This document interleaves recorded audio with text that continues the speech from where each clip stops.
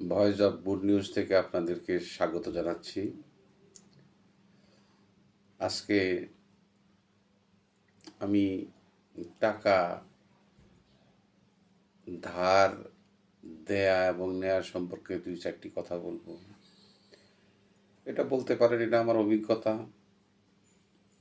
পাশাপাশি আমার দীর্ঘ জীবনের চাকরির অর্জন থেকেই অনেকের ক্ষেত্রে বিষয়টা নাও হতে পারে, তবে আমার ক্ষেত্রে যে বিষয়টা আমি অভিজ্ঞতা অর্জন করেছি, আমি দীর্ঘ 40 বছর যাবৎ অগ্রণী ব্যাংকে ছিলাম। এখন আমি পিআরের অবস্থায় আছি। তো টাকা ধার নেয়া দেয়া খুব স্বাভাবিক একটা ব্যাপার। বিপদে আপদে বা প্রয়োজনে পরিচিত জনদের কাছ থেকে টাকা ধার নিয়ে থাকি, আমরা দিয়েও থাকি।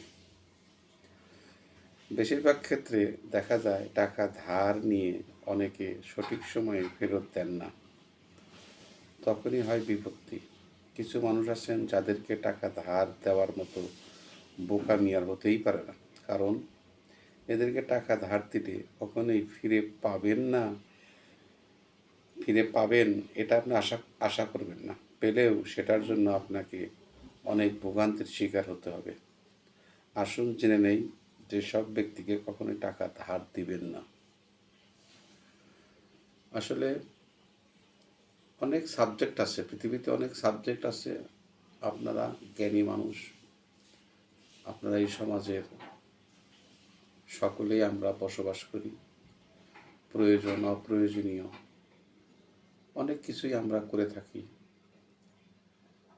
টাকা ধার দেওয়া বা ঋণ দেয়া, ব্যক্তিগতভাবে কাউকে সহযোগিতা করা, এটা এক ধরনের একটা ভালো একটা কাজ।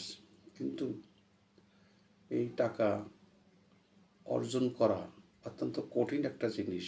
সেই অর্জিত টাকা আপনি একজনকে ধার দিবেন, সে সময় মতো টাকাটা ফেরত দিবে না, এতে আপনার ভোগান্তি বাড়বে। এতে আপনার যে পরিমাণ ভোগান্তি বাড়বে, সে ভোগান্তির মধ্যে শুধু আপনিই পড়বেন না, আপনার পুরো পরিবারটাই আপনার জীবনের মধ্যে একটা তছনছ করে ফেলবে।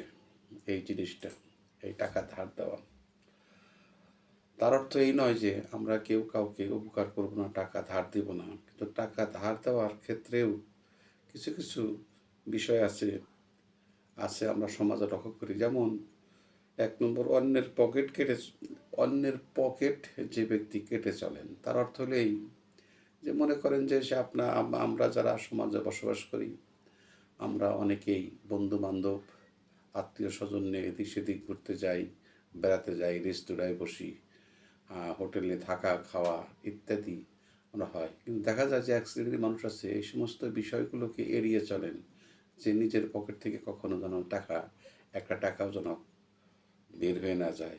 কিভাবে? বন্ধুর ঘাড়ে চাপিয়ে দিয়ে বন্ধুকে বাগিয়ে ফেলে এই অর্থ করা যায়, প্রয়োজন মেটানো যায়। এই ধরনের মানুষকে আপনারা টাকা ধার দিবেন না। এরা খুব নির্মম, এরা স্বার্থান্বেষী। আমি কথাগুলো বলছি আমার অভিজ্ঞতা থেকে, যে অভিজ্ঞতাগুলো আমি আপনাদের কাছে শেয়ার করতেছি। যদি কোনো কাজে লাগে, কোনো পরামর্শ যদি, যে এই বিষয়গুলো যদি আপনাদের কাজে একটু কাজে লাগে, সামান্য একটু কাজে লাগে, তাতেই আমি খুশি। আরেক ধরনের ব্যক্তি আছে, যে ব্যক্তি সবসময় মিথ্যা কথা বলে।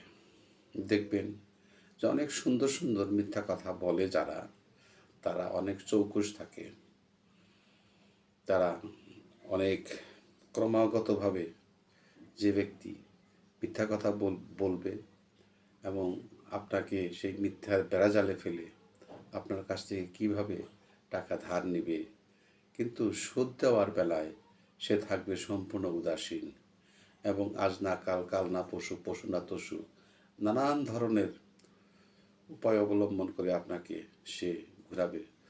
ফলে হবে কি, আপনি তার প্রতি বিতৃষ্ণা হয়ে হয়তোবা নিজের মান ইজ্জতের দিকে লক্ষ্য রেখে তার কাছে আর কখনো টাকাই চাবেন না। এতে হলো কি, আপনি যে ওই মিথ্যাবাদীকে আপনি যে সহযোগিতা করলেন, এই সহযোগিতার কোনো মর্যাদা আপনি তার কাছ থেকে পাবেন না।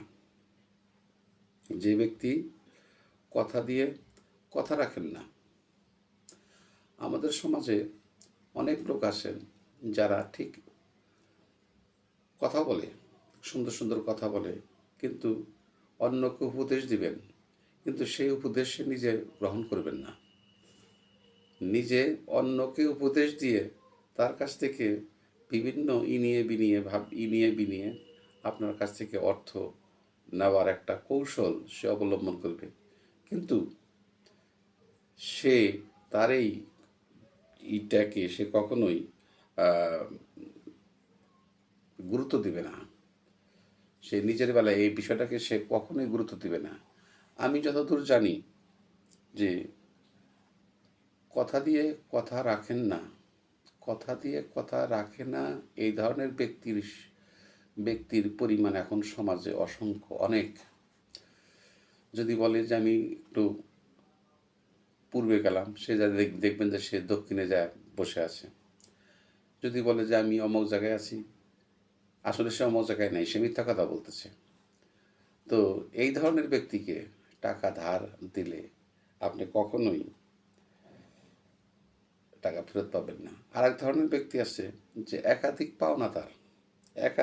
পাওনাদারকে আপনি কখনো ধার দিবেন না, আপনি কখনো টাকা ধার দিতেই যাবেন না। কারণ সে আপনার কাছ থেকে ধার করে টাকা নিয়ে অন্যের ধার পরিশোধ করবে, আবার অন্যের কাছ থেকে টাকা ধার নিয়ে আর একটা ধার পরিশোধ করবে। এটা তার একটা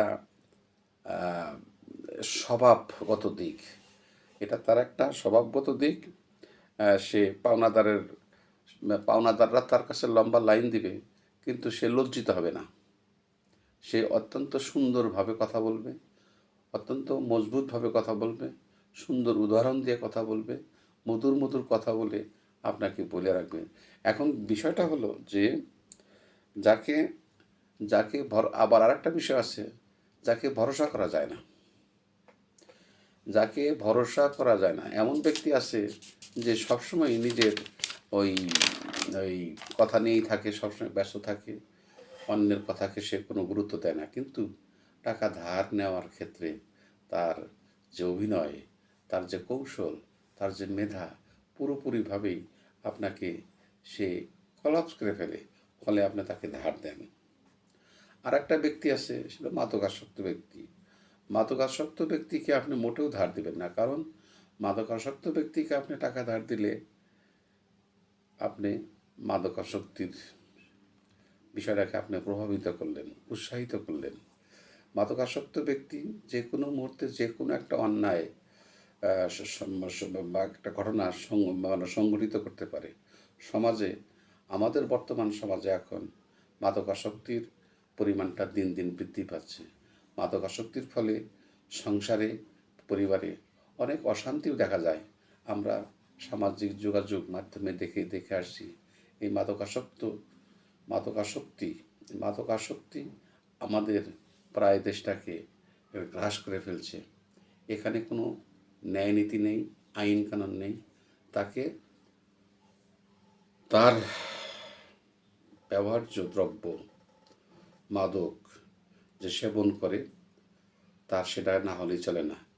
এমনকি সে মানুষ পর্যন্ত খুন করতে পারে। কাজেই এই মাদকাসক্ত ব্যক্তি, যদি আপনি জানেন যে সে মাদকাসক্ত ব্যক্তি, তাকে আপনি উপকার করবেন না। তারপরেও স্বাদ এবং সাধ্যের বাইরে যে সমস্ত লোক আমাদের সমাজে বিচরণ করেন, অথচ দেখেন আমার মাছ ভাত খাওয়ার সাধ্য আছে, অথচ আমি সবসময় হোটেলে গিয়ে আমি চিকেন বিরিয়ানি বা বিভিন্ন ধরনের খাদ্য নিয়ে আমি থাকি। আমি গাড়ি ঘোড়ায় চলি, আমি অমুক জায়গায় আমি বাসে গেলে আমার হয়, তো সেখানে আমি প্রাইভেট কার নিয়ে যাবো। এটা আমার স্বাদ এবং সাধ্যের বাইরে, এটা আমার উচ্চবিলাস। এই উচ্চবিলাসিতা করতে গিয়ে আপনি আপনার নিজস্ব অর্থ অন্যজনকে উপকার করবেন, এটা হবে না। তবে হ্যাঁ, আমরা তাই বলে যে কাউকে উপকার করব না, আমরা উপকার সেই ব্যক্তিকে করব যে ব্যক্তি টাকা সঠিক সময়ে নিয়ে টাকা সঠিক সময়ে ফেরত দিতে পারবে। আত্মীয় স্বজন বন্ধু বান্ধব যারা আছেন তাদেরকে কৌশলেই আমি মনে করি যে এই টাকা ধার দেওয়া নেওয়ার ব্যাপারে আপনাদের অনেক কৌশলী হতে হবে। টাকা ধার চাইলে না বলাটা খুবই কঠিন, তবে টাকা ধার দেওয়ার আগে একবার ভাবুন যাকে টাকা ধার দিয়ে দিচ্ছেন তিনি টাকাটা ফেরত দেওয়ার ক্ষমতা রাখেন কি না। এখন তারপরেও একটা কথা বলবো, আজকাল টাকা ধার দেওয়ার প্রেক্ষিতে অনেকেই চেক নিয়ে রাখেন, বিভিন্ন কাগজ কলম, অঙ্গীকারনামা ইত্যাদি নিয়ে থাকেন, কিন্তু নিলেও আজকাল দেখা যায় কোর্টে অনেক চেক ডিজাইনের মামলা অযথা পড়ে আছে এবং কোনো সঠিক কোনো ইয়ের সঠিক তথ্যের কারণে এইগুলোও কোনো সময় ধরা দেয় না। কাজেই আপনার কষ্টার্জিত টাকা আপনি কেন আপনি অন্যকে ধার দিবেন? তার চাইতে না বলুন, খুব ভদ্রচিতভাবে টাকা ধার দেওয়ার আগে তাকে না বলুন, একবারই সব শেষ হয়ে যায়। কাজেই না বলার অভ্যাস যাদের নেই, আমি মনে করি তাদের জন্য এই আমার এই ভিডিওটা নয়। না বলার না বলাটা না বলাটা খুব কঠিন জিনিস, কিন্তু তারপরেও আমি মনে করি টাকা ধার দেওয়ার আগে অনেক ভেবে চিনতে একবারে এক কথা বলে দিবেন, না বলে দিবেন, আপনি নিরাপদে থাকবেন।